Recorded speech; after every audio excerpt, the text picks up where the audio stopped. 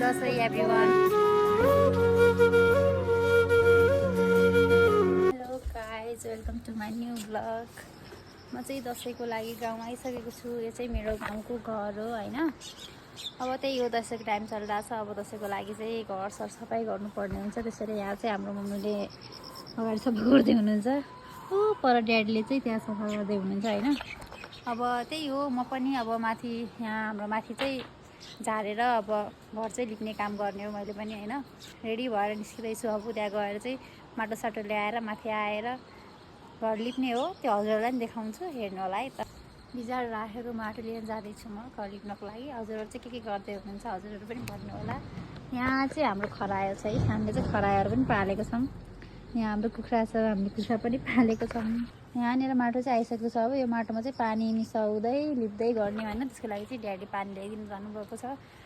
अब ड्याडी पानी ल्याइदिएर चाहिँ आउँदै हुनुहुन्छ। ऊ हाम्रो ड्याडी पानी ल्याइदिएर आइसक्नुभयो है। अब लगेर चाहिँ माथि जाने हो। ड्याडीले चाहिँ माटो माथि लगिदिनुमा चाहिँ हेल्प गरिदिनु भएको छ। म चाहिँ यहाँ पानी सानी समातेर गइरहेको छु माथितिर होइन। यहाँ लिप्नुको कारण नै आज साँझ चाहिँ हामीले यहाँ पूजा गर्छौँ। यहाँ चाहिँ हामीले हाम्रो देउताको पूजा गर्ने गरेको छौँ। त्यही भएर चाहिँ यहाँ खासमा लिप्न लागेको। यहाँ चाहिँ लाइट नभएको कारणले चाहिँ अब यहाँ अँध्यारो छ होइन। अब यहाँ यसै छ, अब ठिकै छ। अब ढिला नभएर चाहिँ आफ्नो काम स्टार्ट गर्नुपर्छ। यहाँ बडाल्नै स्टार्ट गरिसकेको छु। अब बडाल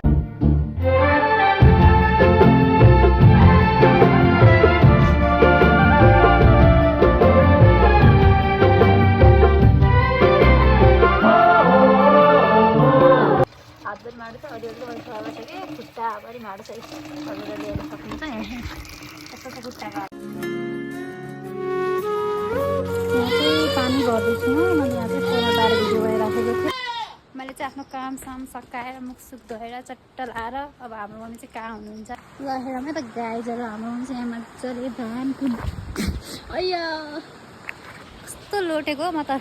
हाम्रो मम्मी चाहिँ यहाँ चट्ट लाएर धान सान कुट्दै हुनुहुन्छ होइन। अब मम्मीलाई चाहिँ मैले पनि हेल्प गर्न पर्ने हुन्छ। हेर्नु है त धान कसरी कुट्छन्।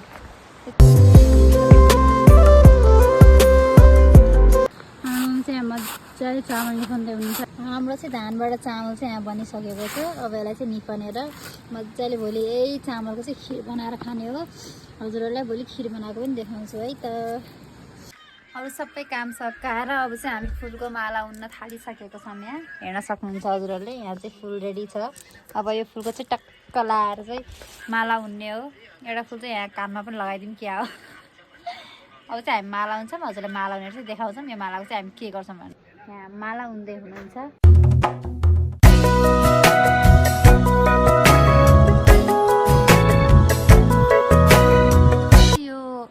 हाम्रो भित्र फुल छ नि, त्यस माला बनाएर चाहिँ यहाँ ढोकामा लगाउने हो।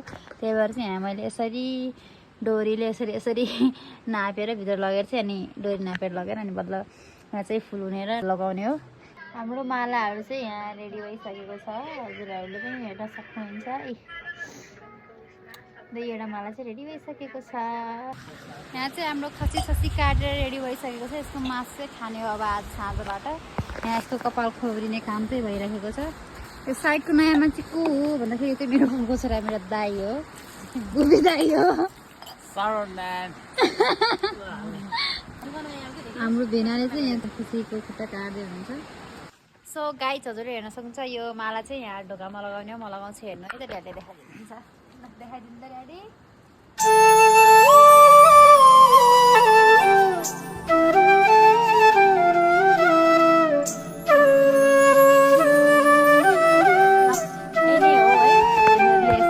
लगाउने माला ल। अब चाहिँ हामी भोलिको ब्लगमा भेट्न पर्छ। दसैँको ब्लग पनि आउँछ, हेर्नु होला है त। बाई अनि ह्याप्पी दसैँ एभ्रिवान।